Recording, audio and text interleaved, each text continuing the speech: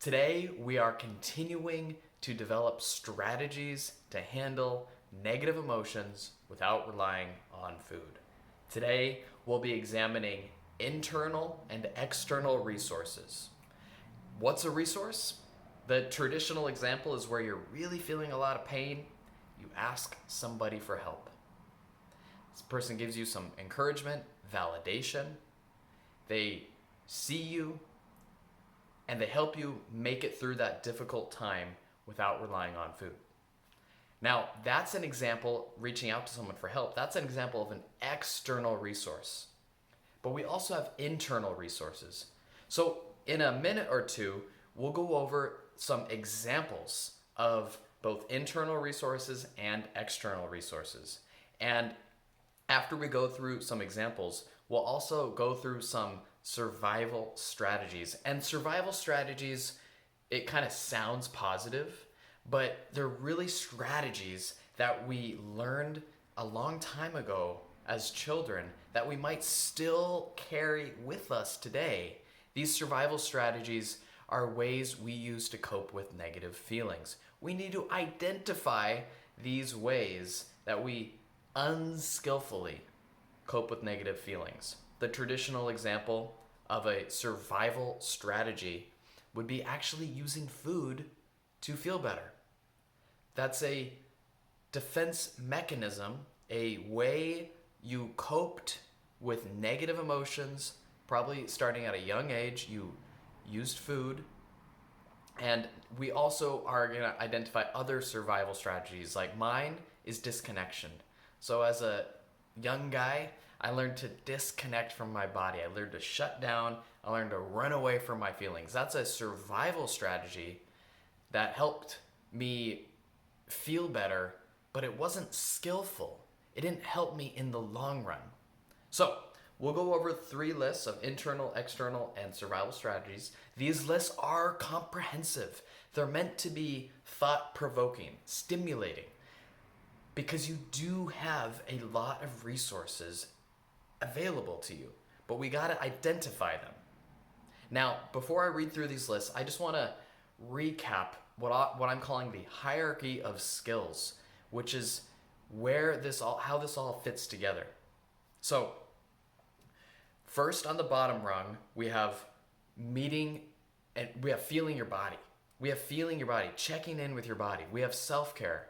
Are you noticing what you feel? That's the base of this. What do you feel? Right? So we've worked on strategies to notice specific feelings in our body, the intensity of them. And after that, we've also expanded upon what do I need? We've tried to make sense of those feelings. That's the first layer. And then on top of that, we've added on fullness, hunger, eating foods that are nutritionally dense and keep you full for a long period of time. We've added on a growth mindset where if you somehow overeat, it's not the end of the world. You just try to understand what cue did you miss? What happened? Were you not eating? You try to understand what happened and so that you can learn from it and move on. Along this line, we've also, the next tier, we have unconditional eating, which is giving yourself freedom to be present with food and to not disconnect from food. And then along the lines of this next tier of skills, we have the ability to soothe yourself both mentally and emotionally. Emotionally, it means putting your hand on your heart, having a warm, compassionate voice to yourself. Instead of beating yourself up, you're kind to yourself. The traditional exercise for this is where you imagine someone else that you love is feeling your pain.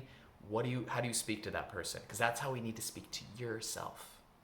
And then along this line, that was the emotional soothing.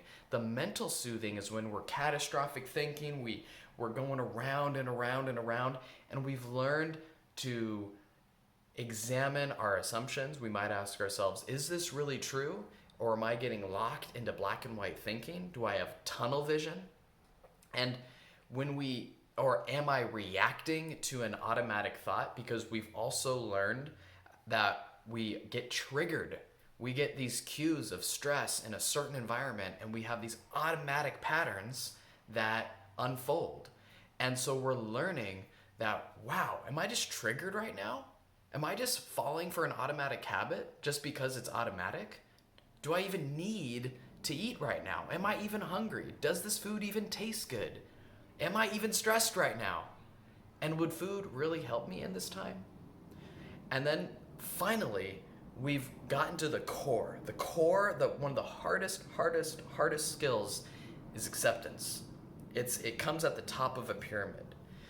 We've been sifting through emotions and really been able to identify our urges and just sitting with that, letting the pain be there, relaxing, realizing that you can handle the pain, that you might feel overwhelmed by the pain, but that you can just sit there and you can learn from the pain. And then we've also built other skill sets around handling the pain, like why are you handling the pain? We've looked at our values and our vision. Why are you sitting there? Right? Because that's what this whole program is about. It's not just stopping emotional eating. It's stopping emotional eating so that we can live our best life. What is that best life? What's your why? And now today, we're going to be examining another branch of acceptance. So we've built this hierarchy of skills and tools leading to acceptance, and now we're building different tools and skill sets to handle those painful feelings. Today, it's about realizing you're safe, realizing you do have support, realizing that you are worthy of love, realizing that you do have gifts within you, realizing that not all is bad, realizing that you have a lot of blessings in your life. And to do this, it's actually very, very simple.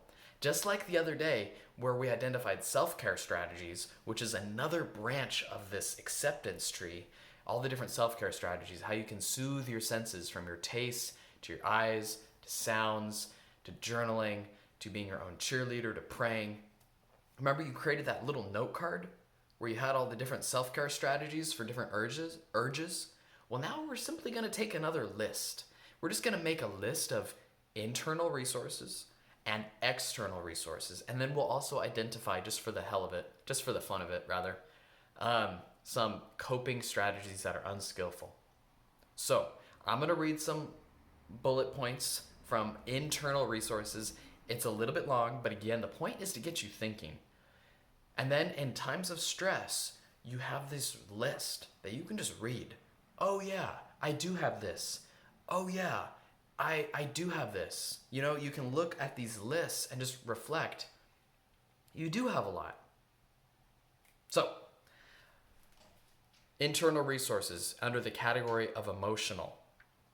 Access to uplifting emotions like joy. Access to calming emotions, putting the hand on your heart. Emotional endurance, the ability to sit through unpleasant emotions.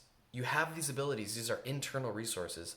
Ability to identify how emotions are feeling in your body. That's huge. You have these skills now. Ability to regulate and manage emotions, journaling, the different self-care strategies. Let's go to the branch of cognitive resources. Ability to focus and pay attention, because not everyone can. Ability to understand and comprehend. Ability to read, study, and learn, and to even watch these videos. This is a blessing. We need to take note that we can do these things. Ability to have memory, thinking creatively, and then relational skills. We have ability to be a team player, ability to be cooperative, have valued relationships, feel worthy in relationships, and be playful, friendly, a good conversationalist with warmth and caring. And you do have warmth and caring and the ability, all these things to be worthy of love, because you can put your hand on your heart. You can feel your pain. You can empathize if someone else is feeling that pain. And when you do that whole empathy thing combined with feeling, you get a natural urge to take care of yourself. You have the ability within you to love yourself. And remember that. Psychological resources, a sense of self, good self-esteem. You're not a criminal, right? You get self-esteem, you're not a criminal. Sense of competency. Hopefully that is building as you see how this hierarchy of like, you know, this is like the skills leading up to acceptance are like the roots, right? They're the roots that keep you grounded. And then acceptance is like the tree branch that's tall and all encompassing. You accept everything, the confusion, the chaos, the sifting of your emotions when you aren't sure. And then as you learn to accept, you learn to open up to these negative emotions. They're your teachers, right? And you have different self-care strategies. You're living for a why. That's like the branches. So hopefully you're starting to get a sense of competency. You're open to this. You're flexible. You've been pushing your boundaries this whole program. You have resilience, tenacity. You're still in it. You have goals. Your growth. You have a growth mindset. How important is a growth mindset? How awesome is that? That's such a valuable resource because so many people do not have growth mindsets. They're stuck in failure mode. You have access to a sense of curiosity, and my God, isn't curiosity the most important thing? Instead of hating yourself for having a negative emotion, instead of saying, what's wrong with me for having this? It's like, why am I having this? You know? It's a huge difference. That's an incredibly valuable resource, the curiosity instead of judgment. Remember that. Your ability to be willingness to be uncomfortable, a willingness to set boundaries and take a nap, to pack some lunch and to try new foods. You have tremendous psychological resources, and you have spiritual resources, connection to your higher self, connection to spiritual energy, remembering that you're not a body, you're a spirit in a body. Remember that you might even have nature around you, which can help you be uplifted. We have our creative side when we journal and try to understand ourselves. Maybe it's through acting, beading, building, crafts, cooking, dance, decorating, design, etc. We have physical. You're productive. You've been starting to move your body in a way that feels good. You might even have good health, sturdy complexion. You know? There's more and more research that says even if you're not totally skinny, even if you're overweight, it's the yo-yo dieting that kills people. So you can be overweight, and as long as you're happy and healthy and in your body and feeling your emotions, life can be, you can actually be very healthy even if you might in other ways be overweight. That's more and more research is distinguishing the difference between yo-yo dieting obesity and overweightness versus just being overweight. Because it's very clear cut. People who are quote unquote overweight but aren't dieting, their blood pressure is about the same as people who are more slender. The cholesterol is about the same. Their happiness in life, all the things, all the measures of success and health and happiness, they're all about the same if you're not yo-yo dieting. Isn't that interesting? That's what the whole health at every size movement is about, actually. I don't know if you've heard about health at every size. It's also a huge part of intuitive eating, but it's about the clinical research that is being done, and it's saying, listen, you can be healthy at every size, but it's about healthy behaviors. It's not about weight. It's about healthy behaviors, healthy mindsets. You have all these. These are internal resources. Take note. Write them down. So that way you, in a future lesson, we're actually going to be creating like a little nest, by the way, a little chest where we can have our tools, where it's all readily available. So literally write this down. We have self-care strategies that we've written down as well. So let's go to external resources.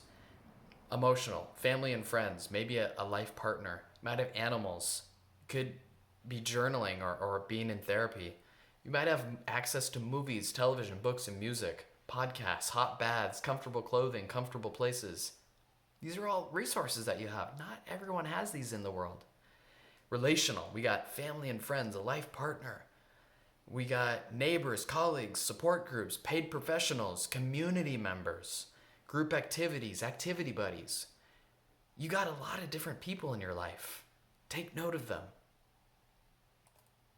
We got cognitive external resources like classes, lessons, study groups, this YouTube channel, hopefully, radio programs, games and puzzles, online programs.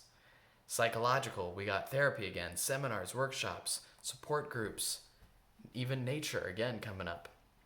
Material, we got jobs, financial support, a home, appliances.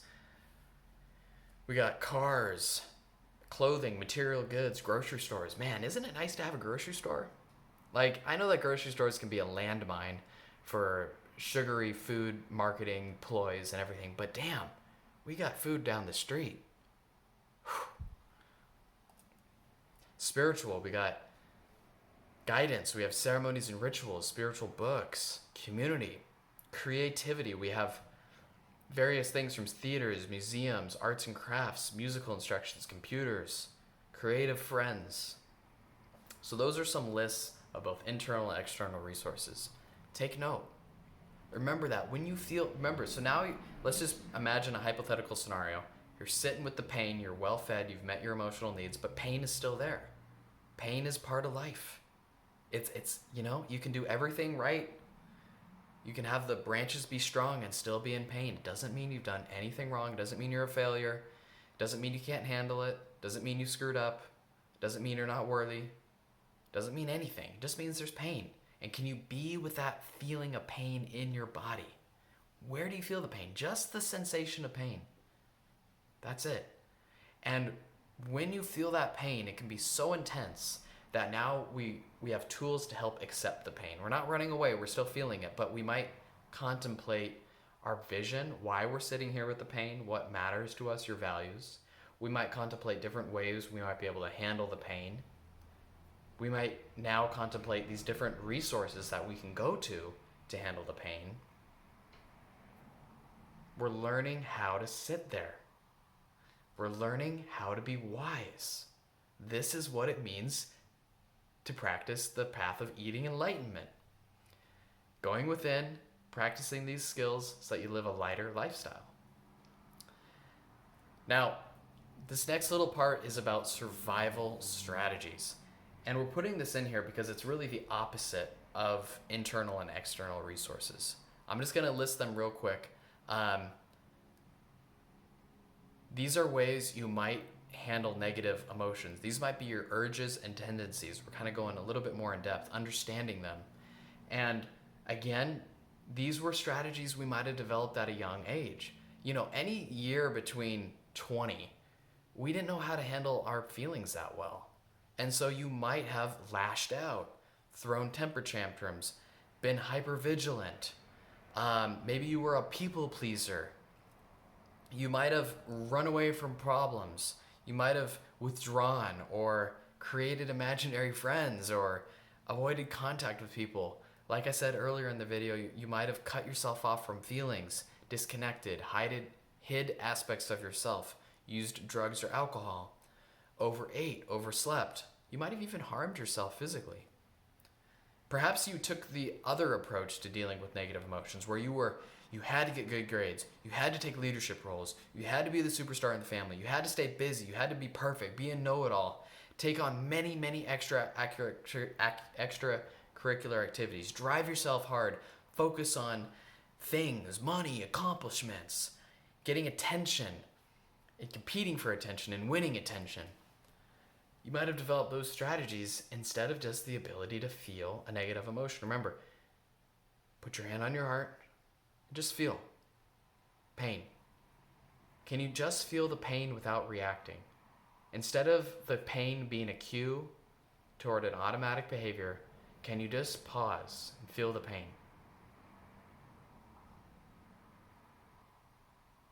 So that's where we're at. This right now, this is the very heart of this whole program. This is it. Like, you're seeing it all. We have a few more lessons to just tie things together, but this is overcoming emotional eating. That's what it looks like. We've gone through Darth Vader, which was unconditional eating. There's a lot of fear around that, and now we're facing Darth Sidious, right? The Luke Skywalker Star Wars analogy. It's episode 6. This is the hardest part right here. This is the real thing, and this is where we transform as well. When we can unify all these different elements from our body, mind, soul, what we eat. This is what lights me up. Transformation. This is what it looks like. And you're in the thick of it. You're in the thick of it. And you've changed so much already. And just keep practicing these skills. You'll be amazed at where you end up 3 months from now, 6 months from now. Keep practicing these skills. The journey doesn't end. The journey never ends. But we gain more and more light as we continue onwards. So with that being said, I'm going to close out this video. Let me know if you have any questions. Peace.